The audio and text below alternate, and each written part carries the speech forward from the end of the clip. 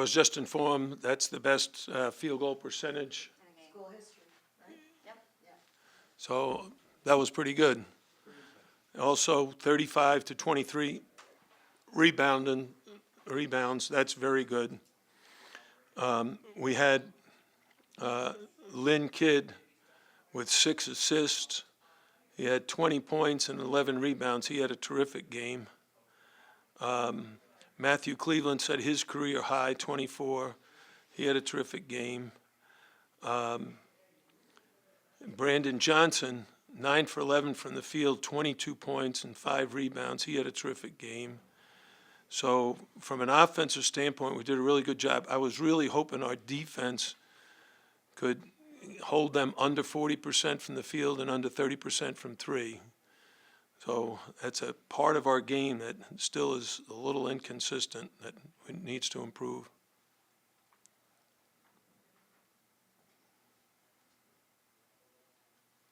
Questions? Yeah, Divine played nearly 25 minutes, only took 1 shot, but he played a great game, +8. Yeah, he's 1 for 1 from the field, but he had 6 rebounds and 3 assists. So those are probably career highs. Have you had a quicker player than Divine? I'm thinking Larkin, maybe Shane.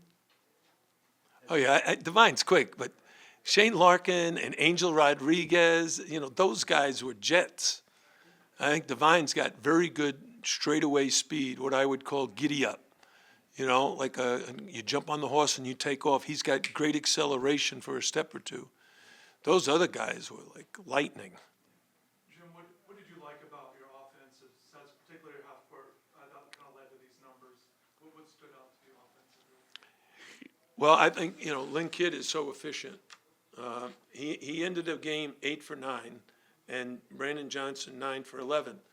So when your 4 and 5 are that productive, it's terrific, and you can keep going to them, and they can go to each other. Brandon is very good at getting the ball to Lynn.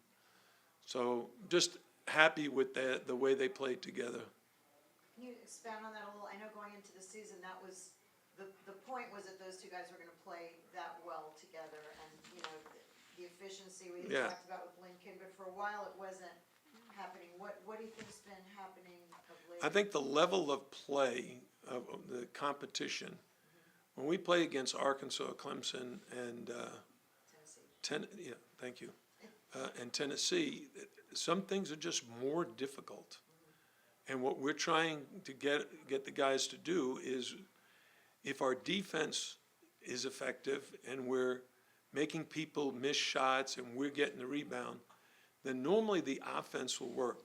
What ends up happening, though, sometimes is when you're not scoring very consistently, then your defense really suffers, because you're not getting back. After a made field goal, you miss, and now you got to really hustle back because the other team is running. So we were fortunate we made a lot of shots, which reduced their fast break opportunities. They got 9 points in fast breaks. We only had 5 according to this stat sheet. But our stats will probably show differently. I want to ask also, you've always been a good motivator over your career. How did you keep this team? Thanks. You're welcome. How did you keep this team from sinking when, through a 7-game losing slump? How did you get them to keep optimistic, not to turn on each other and stuff like that? Well, it's a long season, and you don't know what's going to happen tomorrow. And the thing I kept emphasizing to them at our meetings is yesterday is history. Nothing we can do about yesterday. Tomorrow, a mystery. We have no idea what's going to happen. And today is a gift, and that's why we call it the present. And we need to stay in the present and just try to keep working at getting better. And when I tell them, even after a loss, look, we really did some really good things. We can still get better. But there are some things we didn't do so well that we got to correct. And I'm not one to scream and yell and curse at them. I yell and scream at them in practice for effort. And as every coach will tell you, if you got a good team, you're never having to coach effort or toughness. Effort and toughness should be a given, that you have to play hard. You have to give great effort. You got to be tough.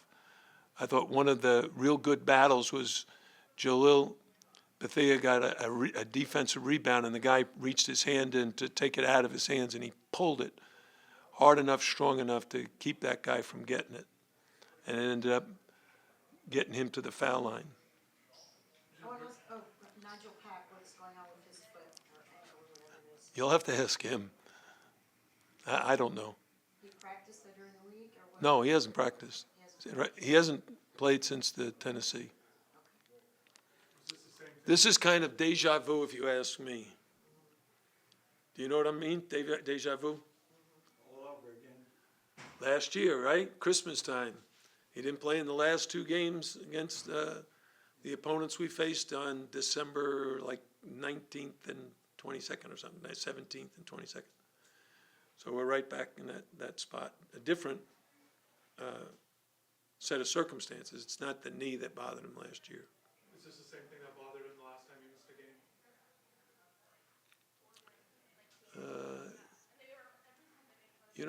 I'm not sure.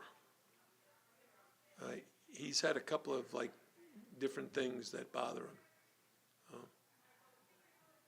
How do you, we've talked about Nigel before, how do you anticipate this kind of playing out moving forward? What's your approach? Just day to day, how do you navigate? Hey, right now, Divine's going to start, and they'll keep that starting lineup intact these next games and see how we do. Are you closer? You talked about trying to find a rotation because you've got so many people you're trying to evaluate, and you said they've been inconsistent.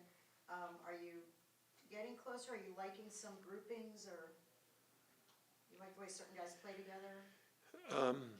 Well, to give you some background, and I'm sure you follow this closely enough to know, the backcourt started as Nigel, Jalen, and Matt. And AJ, because Matt was coming off an injury. Then it became Nigel, Jalen, and Matt.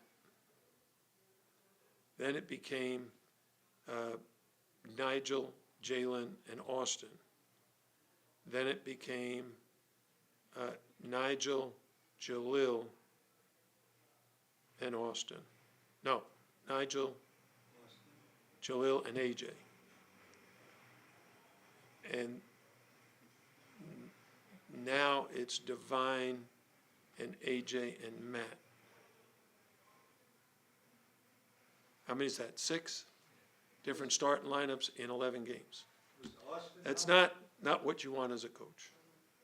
Was Austin a healthy scratch today? That was what they call a DMP, a coach's decision. One more?